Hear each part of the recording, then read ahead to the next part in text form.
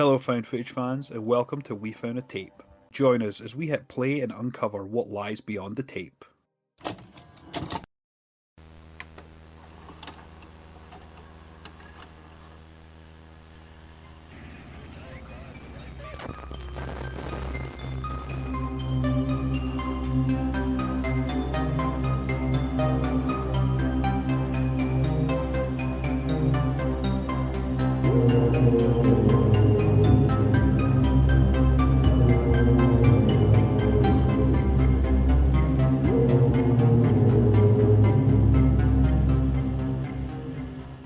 Welcome everyone to another episode of We Found a Tape. Today we're going to be talking about 2024, you know what? I'm just going to round it up. 2025's What Happened to Dorothy Bell. Hell yeah. Now, this one was an interesting one because this was, this one was interesting to me because they utilized more they emphasized sounds when things were happening, right? Like they really went with the sounds to make everything pop and be more scary and jumpy and things like that. So it was interesting how they used things. But yeah, that's kind of the direction they went with this as far as like the jump scares and things like that. But the main character, which was Ozzy, was an interesting character, but we'll talk more about it as we get into it. But I hope everyone's having a great day. John, how's your day going? Yeah, not too bad. Not too bad. Getting some heat finally, which is always good. Not by the glistening. Yeah, yeah. It doesn't look great. Yeah, we may be a little glistening because it's now in the summer. But yeah, it was. This was an interesting one. A lot of the themes are sort of very prominent in this. A lot of trauma, like a lot of the main sort of plot lines are focused mainly on, like you said, Ozzy, and Ozzy is in the middle of therapy, really, as now an adult, to sort out the really scary stuff that happened to her when she was a kid. Yeah, there was a traumatic experience with her grandmother. She's going off of home videos and what she remembers, and she's trying to make sense of the traumatizing childhood that she had. But this starts off very very from the lens of like an old style camera, because they're looking at the childhood first as they go into it.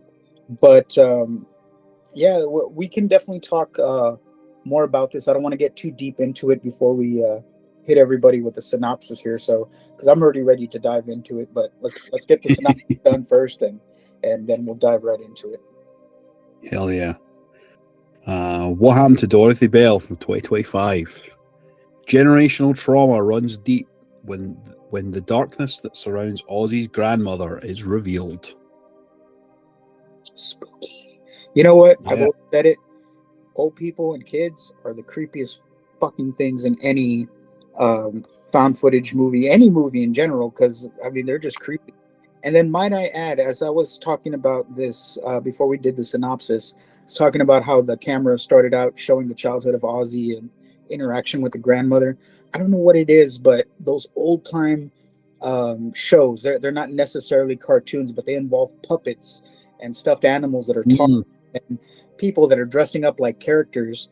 I don't know what it is about that, but those things are just fucking creepy, dude. I don't know. I can't explain it. It's just, you see in certain movies where they show like a clip of showing a childhood, TV show or something that was going on, and they look really messed up. Like, have you seen Hokum recently?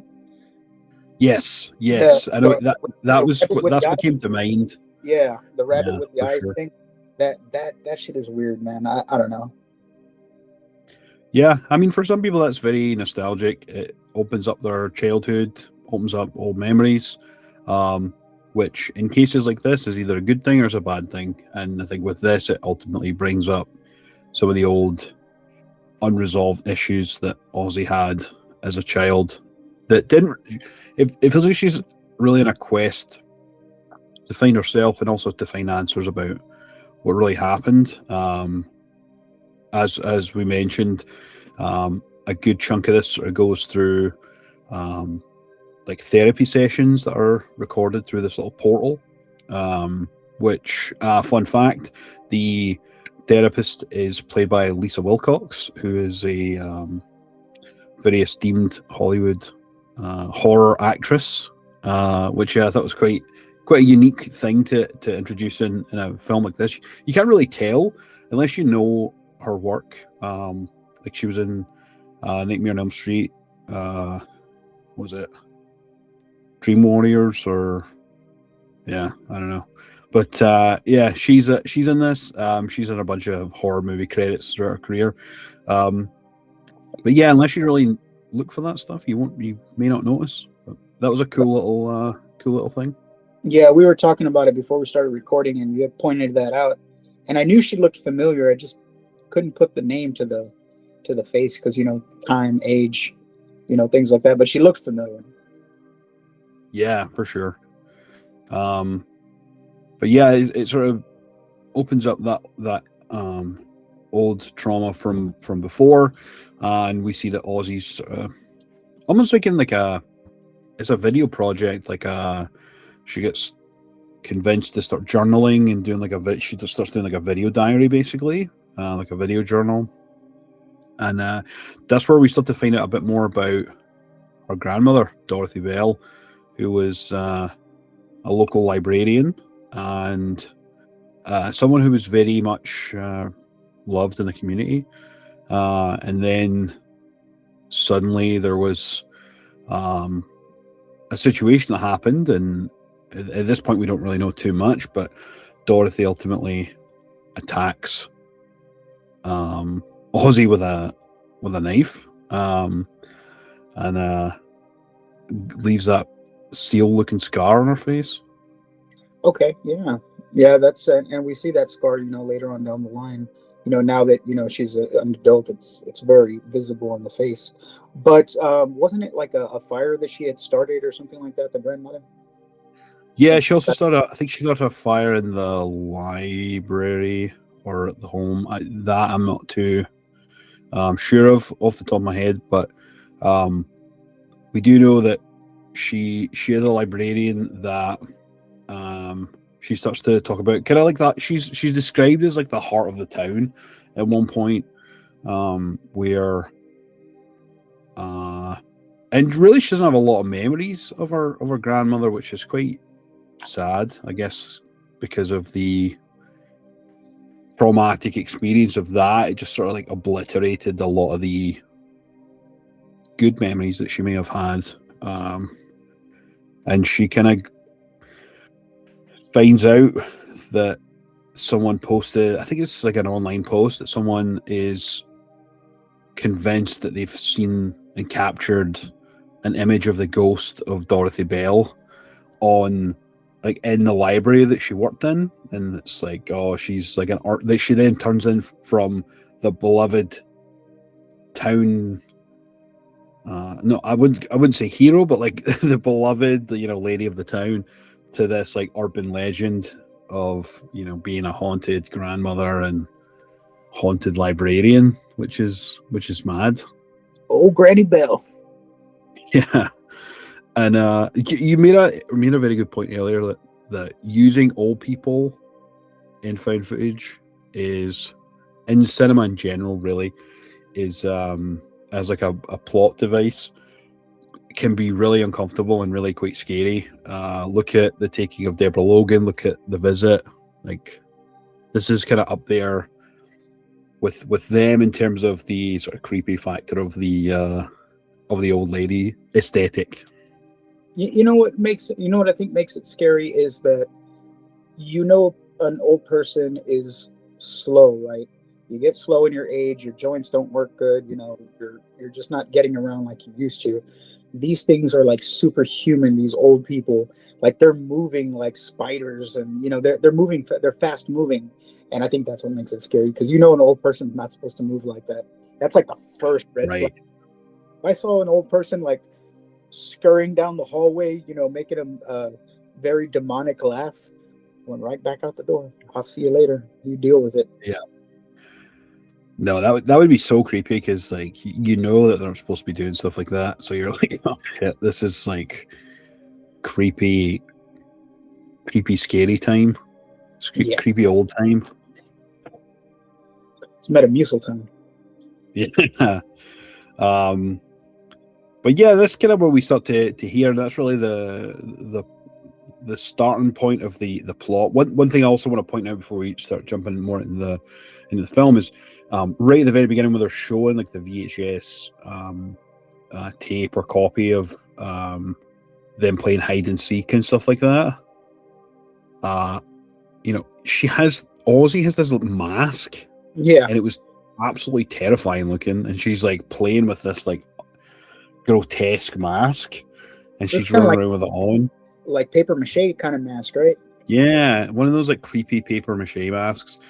And then when she's running around, and it's mostly you're focusing on like Ozzy and Ozzy just being a kid and all that, but in the background you hear that the grandmother's like missing at that point. The dad is there with Ozzy, and then the mum is away looking for for Dorothy basically, and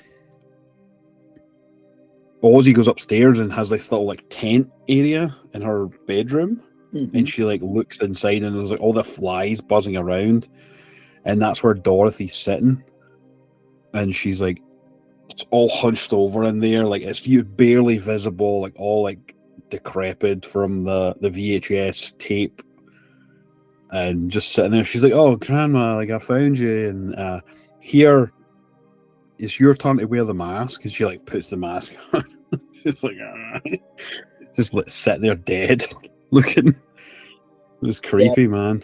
That old lady is creepy. And then another thing I'd like to point out before we start getting into the body of the movie, after they showed the VHS stuff, they cut to Ozzy mid therapy session. It's a remote conference with the therapist that you mentioned, and they're discussing what she's going through, asking if she's journaling.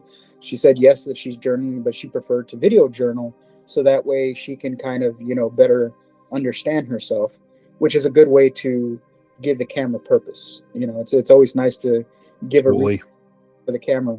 So I wanted to point that out because it's always nice with these movies that they give a purpose to the camera, reasoning, and it's just not there just because it's there. Because how many found footage movies have we come to and seen where they didn't give any props to the camera, why it's there and why it's needed for? Right. Yeah, no, that's a very good point. Establishing the rules fairly early in regards to sort of the plot point, but also the use of the camera is always a good sign. I think it shows that someone's like making a conscious effort to mention, hey, this is why it's like this, and this is why she's filming, and this is why she's not stopping, basically. And I like that. I always like when movies, either in a subtle way or in a very obvious way. This is kind of a mix of both. It's like a subtle obvious, if that makes sense, for why the cameras are happening.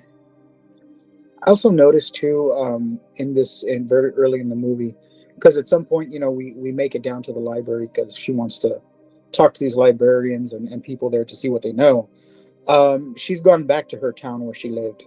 So when she goes back there, she's kind of abandoned everything at home. She's living in this place that is actually her childhood home. She rented it out. Yeah, she actually rented it out, and from the owner that now owns it, and she's actually there, and she's. I lost my train of thought. Hold on. Yeah, she's. That's pretty bold. I mean, that's like, it's almost like exposure therapy is kind of what she's ultimately going for. She's really immersing herself, and that can be either a good thing or a dangerous thing, especially with what we know later on in the film Right. can be problematic. So, Well, it's definitely very concerning in the beginning because she's listening to phone calls, voicemails, and these are voicemails that are left by family members, checking how she is, and even her job, where she's no called, no showed so many days. Them they're concerned that if she's okay, but at the same time, if you don't show up, we got no choice but to shit can you, and that's it. You can already tell in the beginning she's kind of in a bad spot, but this is very important to her. Like, she's willing to drop everything literally to get some kind of closure and figure out, what's happening yeah. here. They really see her grandmother, and at the same time, maybe she can get some understanding, what happened during her childhood. Right, because clearly her mom and dad are not, they're not forthcoming with any information. I guess is to not stir up any like old trauma, but like generational trauma like that is very much real, and the fact that they've withheld it for so long kind of makes it worse. Like when you start to piece things together and you start to find more about what's what's actually happened, and that builds like a resentment when it comes to it, like in some way, shape, or form. Some will choose to move on, some will choose to deal with it there and then, and others will choose to still just put it to the back of their mind. And Right. I think with such a big sort of exposure therapy type situation where she's living at her old childhood home or like her grandmother's home and stuff like that, and it's risky. It's definitely risky, especially if she's like in a manic state or if she's having like depressive thoughts. Like, yeah, it can be real dangerous, man. Yeah, for sure. But so now that we're getting into the movie a little bit, so now she's venturing out, right? She's going to go down to the library, see what she can figure out, see what's going on, what's what. So she gets there, as soon as she goes in, kind of looking around the library a bit, kind of overlooking it to see, notice that the top of the stairway where the ghost had been sighted of her grandmother. And then she goes over to speak to these librarians, kind of ask. And you could tell, right off the bat, the guy speaking to the woman in the background gave him the look like, say what now? Who are you asking about? And right away I knew, like, they know something, they don't know something. They're not going to talk about it. Like, yeah. You're a lying ass bitch. But yeah, thankfully she comes in at the time she's coming in, because there's like the caretaker who's there, and he's like I can't tell if I think he's like a Hispanic guy who's like he's the caretaker, and he clearly knows a bit more about her, Dorothy Bell, and she they both sort of confide in each other, and she like lets him know that she's looking for answers and things like that. So that's where she has an ally, and she's able to start to get more access to the library and be able to actually do like a proper investigation. She definitely came prepared, Ozzy, trying to get like some sort of paranormal evidence with the like the camera, and then like at one point she makes I think because she comes into contact with something, that's when she's like, okay, my grandmother's here, and that's when she starts to make like the Ouija board, and that to the point you were saying, like she's getting the voicemails from her family and work and all that, and she's like literally like has like a charcuterie board that she's like painting on and like sticking flowers to, and it's like showing you all like the voicemails of people being like, hey, I'm really worried about you, like hope everything's okay, like please reach out, and she's just like drawing away. That part right there like kind of made me laugh a little bit, because like that's some real mental health stuff going on right there, because you're making a Ouija board, but at the same time you're decorating it. Like, why the fuck do we need to decorate the Ouija board? It doesn't need flowers. We just need to put the letters and let's go and do this. But she had to immerse herself in it a little bit, I guess, and she made what she made. But I thought it was just funny that she's painting flowers on there and stuff like that. Yeah, I think as well. I think part of that was the fact that it might have been portions of things that her grandmother had. Maybe I didn't really pick up on it. I don't think so. It's definitely a maybe, but I guess it's to make it more enticing for a spiritual being to come and come and check it out, which is it could be good, could be bad. I guess in a way it's like putting some positivity into it, maybe. Right, yeah, true. That makes sense. And also as well, it's around this time, obviously she's in a library and things start to happen, and she comes into contact with a book, and the book is I don't remember the author, but basically it's a book that has this story in it, and she starts to read the story, and then it gets to a part that's in like a completely different language. And she's like, I can't read that. Like, I don't know what the language is, blah, blah, blah. So that's when we start to find out a bit more regarding Dorothy. And like, Dorothy was obviously a librarian. She loved to read, and she's come into contact with this book. And that ultimately is the downfall of Dorothy Bell. That's really kind of what happened, is she's unleashed something, and it wasn't the grandmother anymore. It was this demon. Yeah, this is a classic demon movie, man. And as you're going down and going down the rabbit hole with this, you find out that the book, in a way, is a tool of the demon. You find out the whole lore about it and things like that. You also understand too that even the family at one point knew about the book, but they chose not to tell Ozzy about it. They were aware of it as well. So this book has definitely had some influence. The family knew about it and they chose to keep it under wraps. It definitely had some influence on the grandmother. It was speaking to her, telling her to do evil things, and you find out that's why she did what she did. When she turned from the town granny to the town granny killer. You know what I mean? Yeah, exactly.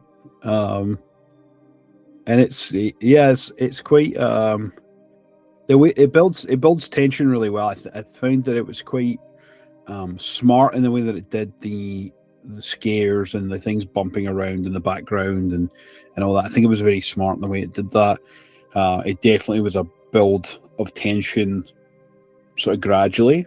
So for viewers who enjoy slow burn found footage, then this is definitely one to check out for sure.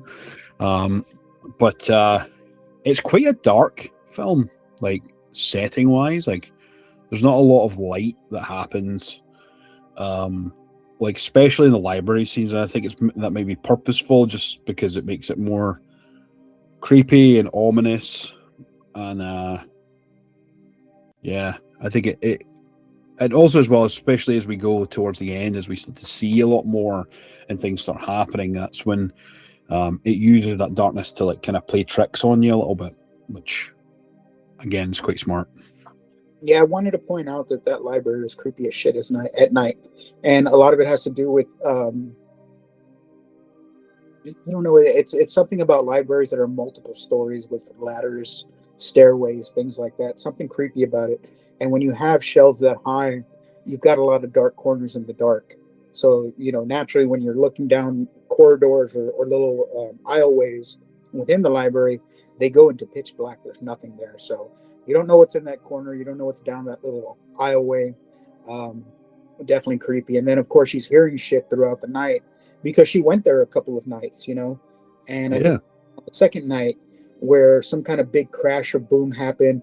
It even startled the maintenance man from down in the basement. He came up, basically told her she had to go because, he has to go check the grounds and check the library, see if somebody's gotten in there because, shit's going off in the library, but only she can hear it. So, Yeah, it definitely has a lot of blink and you'll miss it type moments. One in particular is after she's found the book, the one that stands out to me, and I feel like I'm starting to get better at catching things in the background when I'm watching films now. There was a point where she's set up cameras around, I guess, to try and capture something, and the prominent thing, there's always like a thing to tell you when something's around. The plot device for this is there's flies buzzing about. There's always flies buzzing about or landing on the camera lens or like blah. That's how we know that something's happening or like, yeah, because that throughout the movie there's always like flies buzzing about, and that's when you see Dorothy when she was in the tent, as with the mask and stuff. There was flies buzzing about, so it's definitely like a purposeful thing, almost like a rotten corpse that attracts flies. Like that's kind of what it felt like. Like that's when you know that she's like, it's no longer Dorothy Bell, it's whatever this entity is. And the scene in particular is there's sort of flies buzzing about, and there's like a row or shelf of books, and just very faintly you can see the outline of Dorothy sort of step forward and then step back, and it was very impactful. I immediately caught it. I was like, "Wow, that's creepy." And yeah, I think she reviews the footage at one point and looks at it, and she's like, "What the fuck?" And gets really creeped out. But yeah, and another thing that good. Yeah. And another thing that I noticed too is that when these flies would come out and things were about to happen, that's when that suspenseful noise to amplify things, very paranormal activity-ish. Yes. Yeah. Where things are happening and you get the rumblings going on in the background. And totally. Yeah, man, it definitely gave some creep factor to it in these. Anything's scary in the dark because you don't know what's there. And if you've never been afraid of the dark, then there's something wrong with you. But we've all been afraid of the dark at one point in our lives, mostly in childhood. But yeah, I mean the dark's still scary. I went to go see Obsession at the weekend, and there's a lot of dark, scary moments in that. So yeah, it's kind of been on my mind lately. Just with like that use of the negative space to show really creepy stuff. And yeah, and another, which I wasn't really a huge fan of. I don't think it necessarily added much to the story, to be honest, but there's a point where they're in the middle of like a therapy session, and she like goes away to like get her tea or something like that, and the therapist looks over and like the book starts like dancing about and like flicking through pages and all that, and then suddenly like her neck starts twitching, like and then the connection goes out. Like I guess it's just a way of trying to like infiltrate and try and like scare Ozzy, but like I don't know. For me, it felt kind of silly. Yeah, it didn't really need it. I mean, it was already had enough, scary things going on in the dark. I mean, I guess you could, add on to it if you wanted to, but it wasn't really needed. I found it kind of funny because it's the same face I make, at 2 a.m. on the toilet after I've had Taco Bell. So I'm making that same face, like, ow. Yeah, and then your neck snaps because you've clenched too hard. Pretty much. Pours out. But yeah, it's that to me, and then it resurfaces again at one point. Like she got her laptop open at the library, and it's like calling to her, and it's the therapist. The therapist's all like fucked up and like standing outside like a frame, or like how the shadow is in the thing, and then like runs forward, and it like cuts out, and like it was like a cheap jump scare. Like that's the kind of Hollywood jump scare type situation, I guess. That to me was kind of like, it's whatever. I think a lot of the other scares in this film were much more impactful. What I forgot to point out in the beginning was when Ozzy was kind of like going through stuff, writing things down, having like a reflecting moment inside the house before this journey started. She blazed a fatty, man. She pulled out a blunt. She started smoking it. I was like, hey, now. Hell yeah. Yeah, there was a few times when she was away smoking a blunt. Yeah. Yeah, I guess that's how she deals with the stress. I would deal with the stress. Yeah, I mean, it's pretty stressful. Yeah, for sure. Friend with weed is a friend indeed. Absolutely. So. Another point as well, just before we move on, past the sort of therapy thing, because after this, it kind of there's one other time, and then the therapist just sort of disappears, is no longer part of it. But the part that I thought was quite funny was when she like starts to, when all the connection stuff all starts happening, she's all like mangled out. It cuts to like a chat conversation, and she's like, oh, like poor connection and blah blah blah, and they like finish up the conversation. She's like, oh, do you have any homework for me? And she's like, kill yourself. And I was like, Jesus Christ. I saw that. And then she like types out, she's like, what the fuck? And then it's like, oh, stupid autocorrect, I meant heal yourself. I'm like, oh god. I'd be like, bitch. And another interesting point that we didn't really touch on as other ways to get information regarding sort of the mindset of Dorothy Bell at the time is there's sort of intersplices with old CCTV footage of like the police interrogation of Dorothy. And there's one line in particular that stood out to me, and it's when the guy's like, oh, like what would he say? What does he want you to do now? Because she starts talking about like, oh, he's here and blah blah blah. She's like, oh, he wants me to kill you right now. And I'm like, imagine sitting next to this wee old woman who's just like, he wants me to kill you right now. Like, what the fuck? That'd be scary as shit. Yeah, man. Old people are scary. Yeah. And then after that, it sort of does like a way to introduce more in-world building and sort of tie up some of the ends and add some lore to it, which I do appreciate. Is when Ozzy's sort of looking up the book, and she comes across the guy who's got like a YouTube show or like a podcast or something, and he talks about the specific book and has basically outlines exactly what's happened to Dorothy, and with her sort of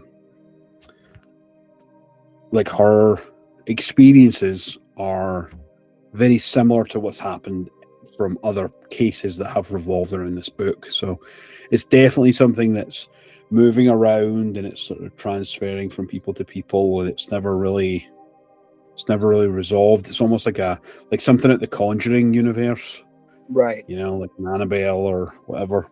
They're definitely going for that route. What was the title of the video? The Book of Death? Something like that. It was like the Book of Death, or the book that killed. The book that killed, maybe.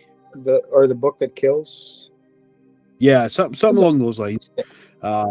yeah, the guy has like a corny YouTube video where he's talking about it and he's like explaining all these different scenarios and situations, and I think that was it's definitely a way to try and add more lore to the backstory, and I appreciate it. I appreciated it. It reminded me of watching a YouTube episode of the Y-Files, where that guy's kind of like talking. He makes it a little bit cinematic, and he's like putting background pictures, and he's creating the picture and things like Yeah, exactly. Yeah, so adding all of that to sort of make it more entertaining, but still going through all the information that was related to the book here, which again, I dug that. I think it's a conscious effort to try and add more story. I think it comes in at a good point. There's like when Ozzy has started to experience things and is becoming a bit more of a believer, like to come across someone that has either maybe not first-hand experience but like has some knowledge of the situation that you're going through, it's kind of appealing, especially to the point where she like reaches out and is like, hey, I have the book, by the way. And is like, he's immediately is like, I'll tell me where you need to meet and I'll come to you. And they do meet. They meet in a park. Yeah. And safe space. Yeah, safe space, stranger danger. I thought it was really funny when he's like, so you got the book, right? She goes, yeah, and she pulls it out and she tries to hand it. No, I don't want to touch it. And she just puts it down on the table, like, no, what's wrong with you? Don't hand that to me. Yeah, he's like, I'm not touching that thing. And she's like, oh, okay. And another funny part just shortly after that is when they're like, when he's telling her more information about it, about like the potential demon and stuff like that that's involved in it. They like walk away and they're like going up the hill because they're going to go and do some like ceremony, I guess. And she like goes to get the book out or backpack, and that's when you like hear these like little footsteps, like almost like a goblin or something, or like a pixie, and it like swipes it from the bag, and you never see it disappear, but like you hear the bag opening, and then like and then you see the rustling away. The rustling of the bushes, and I'm like, oh man. You know what it reminded me of? The Puppet Master movies where the puppets run away and you can hear the little... All right. That's what it reminded me of. But yeah, I wanted to put that out too. That shit was that was good. That was funny. That was a funny part because he's like, okay, you've got the book, right? She's like, yeah, I've got the book. Opens the bag. She's like, it was right here, and they're like, oh my god, it's almost like a Supernatural episode. Right. That sounds like something happened to Sam and Dean when I got to go and defeat this demon. It's like, oh well, the only book that's gonna be used is like has been stolen. That's that was a fun part for sure. But yeah, that's kind of where the tension starts to really, really build up. That's when we're starting to get a lot more closer to the finale, put it that way, where we're after she's really found out what's happening. That's when shit really like hits the fan when they go back to the library, and there's a whole lot of stuff happens in that final like 15 minutes of just like absolute chaos.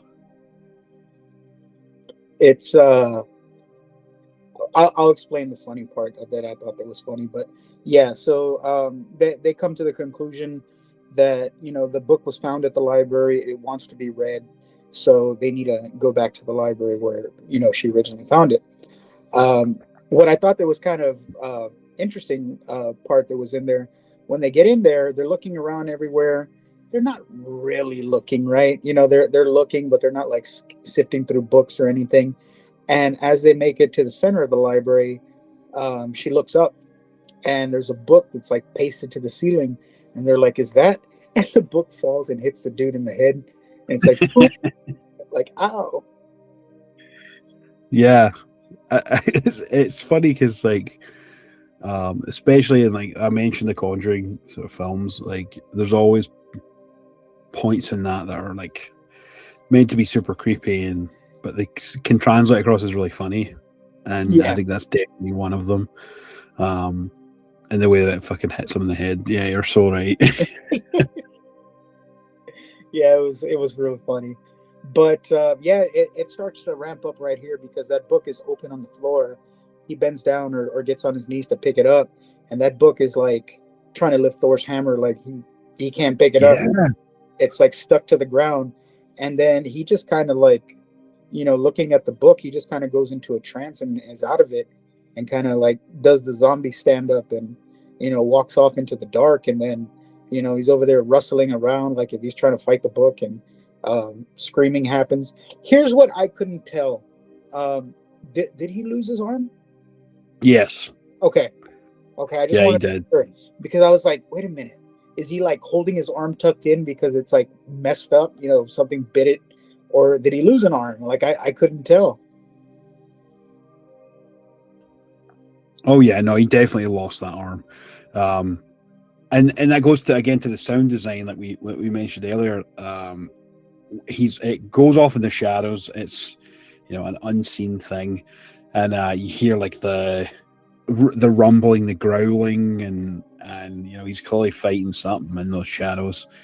And kudos to them, because I mean they really could have showed like some weird fucking AI generated CGI fucking demon that was like looked like shit. But yeah, they held a lot in the shadows and relied on that, and I appreciated that, which was good.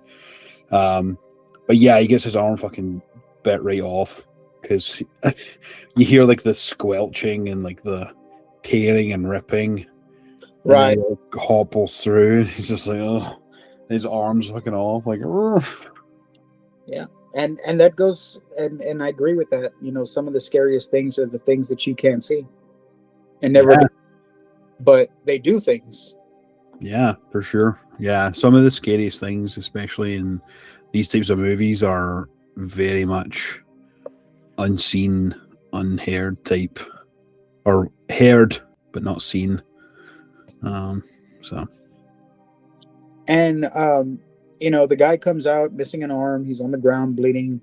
Ozzy decides to venture out into the corridor and sees her grandmother in the corner, and they have a little moment where she's sees her grandmother trying to communicate with her. Grandmother says she loves you. She turns around for a minute to look away and comes back. She's gone. And yeah, man, this is turning into like a creepy thing in the dark. Like you're just seeing things, then it's gone. Like you truly never see the demon, right? But the woman, if they're using her spirit or just mimicking who she is, like a shapeshifter, is taking her form and using that kind of like a mask. And you come back out there and did she find the book? And then she went back in, and that's where she was starting to have the same fight. Who you talking about, Ozzy? Yeah. Yeah, so Ozzy sort of, she comes in, and I don't remember if she reads the paragraph, because it's the paragraph in the book that is ultimately what conjures this entity, Right. and invites them in. But I don't remember off the top of my head if Ozzy actually like reads the passage. Now I think of it, there's one part that we see, not necessarily the whole demon, but like remnants of the demon, is when it cuts to other sort of VHS footage, like just in that sort of last sort of 15-minute period, building up to the finale, when it kind of all comes to light that clearly the grandmother was possessed, and that's really what led her to do all these horrible things. But you see like the hand. I don't know if you noticed that. You see like a black hand.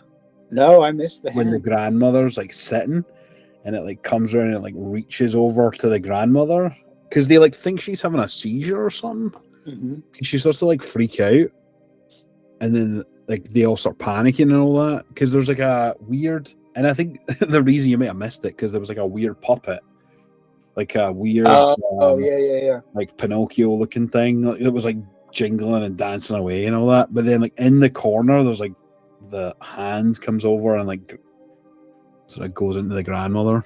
Yeah, I was definitely distracted by the puppet. Yeah. But yeah, that's really, I think, is the only time we actually see anything. So that was creepy and really well done. Yeah, absolutely.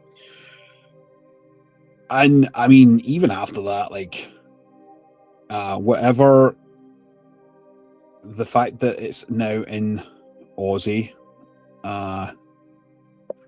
she fucking, it's the caretaker, right? She fucking cuts his head off. Like, and it's creepy the way that they do it, because she like takes like a knife, and then it like shows you the security cam footage of like his like body or whatever, his leg, and like other sort of camera footage, and it like speeds it up, and then it would stop, and all you hear was like the hacking and sawing away. Like it wasn't like a a chop or whatever.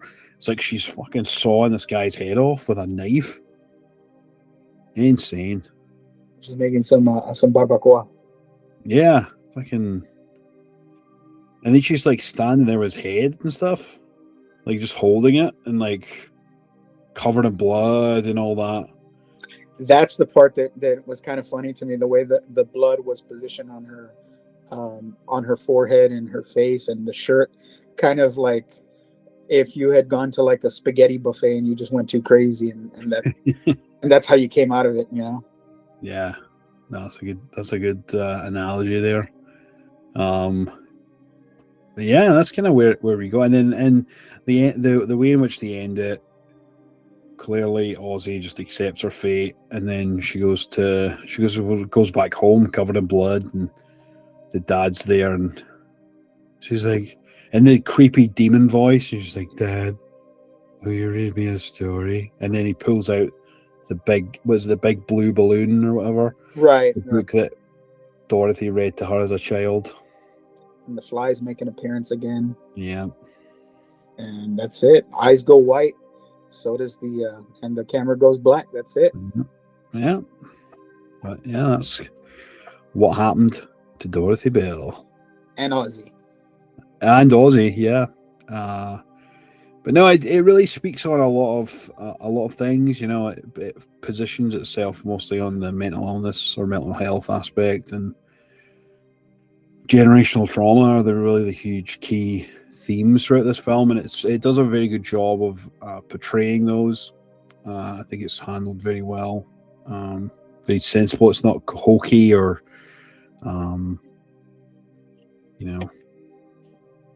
don't know, comedic in a way that like takes away from the seriousness of it, because clearly it's something that she's dealt with. So yeah, I really appreciated those. Yeah, and I guess this is a good example of don't mix your mental health with ghost hunting, because you're gonna get a lot more than you bargained for. Right. Yeah. Don't go ghost hunting. In order to don't go ghost hunting with your demons. Yeah, if you're trying to fix your demons, don't go looking for more. Yeah. Right. Let's worry about the ones we got first, and then we'll settle up afterwards. Yeah. But yeah, I mean, like the woman that played Dorothy Bell was super creepy, done very well, very minimalist from a acting perspective. I guess she's just like a creepy old lady. Probably lovely, probably very lovely, but plays a creepy old lady very well. If I met her in person, I'd never eat her fucking cookies. After watching this movie, it's like, I know who you are. I'm not eating your fucking cookies. Yep, those demon cookies. They probably got demon semen in them. Yeah, no, we don't want that. Yeah, we don't want none of that. But on that note, I think it's time to rate this. Hell yeah. I'll let you do the honors. For sure. Yeah. Yeah, I dug it. I watched it the first time just to really get a feel for it, and I was like, it's. I don't know if you ever get this where you get a feeling where you're like, once you watch a film, you're like, I'm not gonna let my situation at the moment determine how I'm going to relate this movie for eternity. Are you talking about, like, let's say you had a shit day at work and you're in a shit mood, so you're watching the movie in a shit mood, and then you're just kind of like, whatever, and then you go back and watch it with a better headspace, and you understand it better. Right. Yeah. I I think got you. mostly like um first watching it, I like to just experience it, and I was like, wait, what? A couple of times, and didn't quite pick up on some things. So I think going back and watching it a second time, for me, definitely helped to fill in some of those blanks. You could see a lot more in the background and things like that, and you can experience it a bit better. And that And was helpful for me. and I'm not trying to shit on people when I say this. Um, so let's go to, like, the Facebook groups, right, of found footage, where somebody will post that they watched this movie, and you get some people that say, "Oh, it was fantastic," and this and that. Then you've got the usual trolls that'll come in and say it's such shit, and they'll say the worst things about it. I'm fully convinced part of it is just trolling, right? They're gonna do it anyways. People on the internet want attention, but the other ones that shit on it, they don't go back and watch the movie a second time. And for that reason, maybe it could have been you weren't in a good headspace at the time, you didn't understand something, it didn't make sense to you. That's why I always encourage somebody to go and watch a movie at least twice, because you're always going to find something in found footage movies that you didn't see the first time around or didn't make sense. If it made sense to you the first time around, great, fantastic. You either liked it or you didn't. But if there was something that didn't make sense, something you didn't like, something that you feel like shouldn't have been there, go back and watch it again and give it another shot. If you still feel the same about it, then fine, you know that. But found footage, there's always so many hidden things in the background. There's meanings to things, and something everything always deserves a second watch, right? That's why whenever we review these movies, even though I've seen it in the past, if I have or I never have, I always have to watch it 2 to 3 times, because the first time is just for the experience, right? Because I can't go in stuff thing and then I'm not going to appreciate it the second time around. I have to experience it first for what it is, for entertainment, and then I'll go back and analyze it. Totally. Yep. No, I totally agree.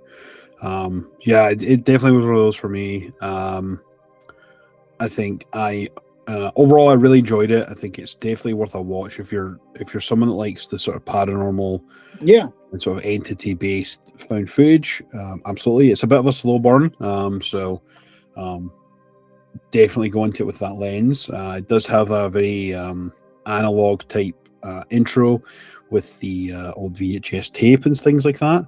But overall, it was good. There was a couple of CGI moments that weren't the greatest, but considering the fact that this was sort of low budget found footage, very well done. Great attention to detail. It was great. It was great at trying to build lore and a story, and I always appreciate that. And it also was very good at handling the rules around found footage and made a conscious effort. So that's always good for me. I think my overall score is going to be 3 tapes. that's a solid score. Yeah. So, like I mentioned before, this one definitely had elements of paranormal activity. So if you're a fan of paranormal activity, I definitely recommend giving this a shot, especially not only if you're a fan of it, but fan of paranormal found footage. If you like anything with ghosts, if you're the type of person that watches ghost hunting videos and stuff like that, it's definitely there. Um, Again, I appreciate the fact that there was nothing to see.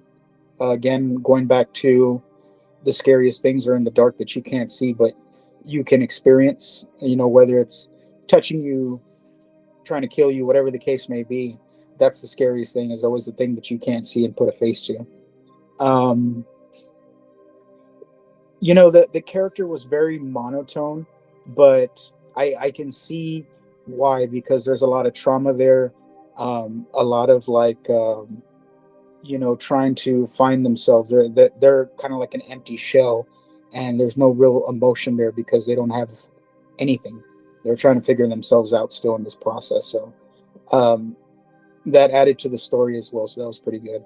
But it definitely did have some funny moments. The book hitting the dude in the head. Um, the spaghetti buffet, everything. So there was definitely some funny moments. If I can chuckle at a thing or two there, that's always a plus. But I think I'm right with you at that score. I was kind of leaning towards going to the fourth tape, but it's definitely sitting at a 3. Um, and that's the thing with found footage. 85 to 90% are all going to be low budget. It's not going to be a high budget film like Paranormal Activity, Cloverfield, things like that. Um, and you've got to understand that when you watch found footage, that's the whole thing, is making something out of everything that's around you, basically making something out of nothing. And that's the way found footage is done. It's going to be done, and that's what makes it found footage. So I can't express that enough. That's why I'm like baffled at some of the comments that I see in, you don't know how many times that I want to go in there and rip people assholes because of the stupid comments they make, shitting on movies that, it's like, how do you entertain yourself? Like, do you just get entertainment out of like shitting on things and like talking negative? And some people do find entertainment in that. I mean, that's on them, but I don't know. I with that much negativity in your life, I don't see how you're thriving. But I mean, from an entertainment aspect, it's there to entertain you. I understand if you're not going to like it, but if you've not watched it at least twice and made a full view of it, I can't take your opinion. True. Yeah, no, that's a very good point. And you really have to, when you take a step back and look at where the situations are all happening, like they appear to have filmed this in a legitimate library. Yeah. So they've been able to gain access to a library in some way, which is, very, very impressive for the people to do what they've done. I don't know how long it took them to film it, but the fact that they were able to get an actual library and they were able to do what they were able to do within that space is really, really commendable. And I definitely always feel like, to your point as well, like, even if you're adamantly against something, give it another shot and see how it makes you feel. Like, that's and I mean, even if there's a found footage movie or a movie in general that's like offended you, like I've definitely been offended by watching films a couple of times, and I don't mean that in like, oh, what they're doing is so offensive. It's like offensive to my eyes that I've been subjected to this. It's rare, but it happens. You still even have to, put it to the side, put your ego to the side, and give it a rewatch. And that's the thing, right? Like, films are entertainment. They're there to entertain us, and if you can't go in with the entertainment mentality, then what's the point? Yeah, for sure. Yeah, like, and it comes to mind like when we were chatting with James Ersted that one time, and he was talking about how the guy would literally leave like 1 star, half star reviews, like complete shit, like found footage shit, and was just giving all these movies like really bad reviews. And he gave the Gorge 5 stars. Gorge 5 stars. Amazing. Yeah. and it's a great movie. Don't get me wrong. Like, I truly enjoyed that as a sci-fi type horror movie. But it's just like, I don't know. How can I say this? Like, tell me why it was shit. Break it down for me. At least give me something. If you're not going to fully break it down, just give me a point or two on why you didn't like it. You know what I mean? Don't just tell me it's a shit movie and just leave it at that. I mean, tell me why it was a shit movie. I mean, was there something that that didn't convince you that the story was going this way? Did you not like, the CGI effect that they used, or the practical effect, or, the one of the characters' attitude or personality? What was it that made you shit on this movie so hard? I'm truly curious. Yeah, and I think it really makes you wonder, right? It could be just a bad day or whatever, but some people are just like very much a one and done. Like, that's it. You get one shot, one opportunity to seize everything you ever wanted. not to go all Slim Shady on you, but which I mean is fair. Some people are just like that. You can't really change them. But yeah, we always urge people to give something a second watch. And from checking the reviews on Letterboxd, it's sitting about a 2.7, so we're kind of in the same realm. Yeah. We're a bit on the higher end of that.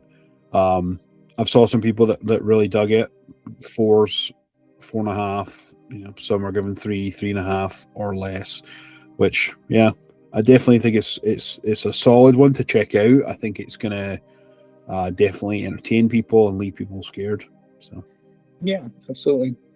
But yeah, old people, man, they're scary as shit. yeah. I mean, if that doesn't, scare you, I don't know what does.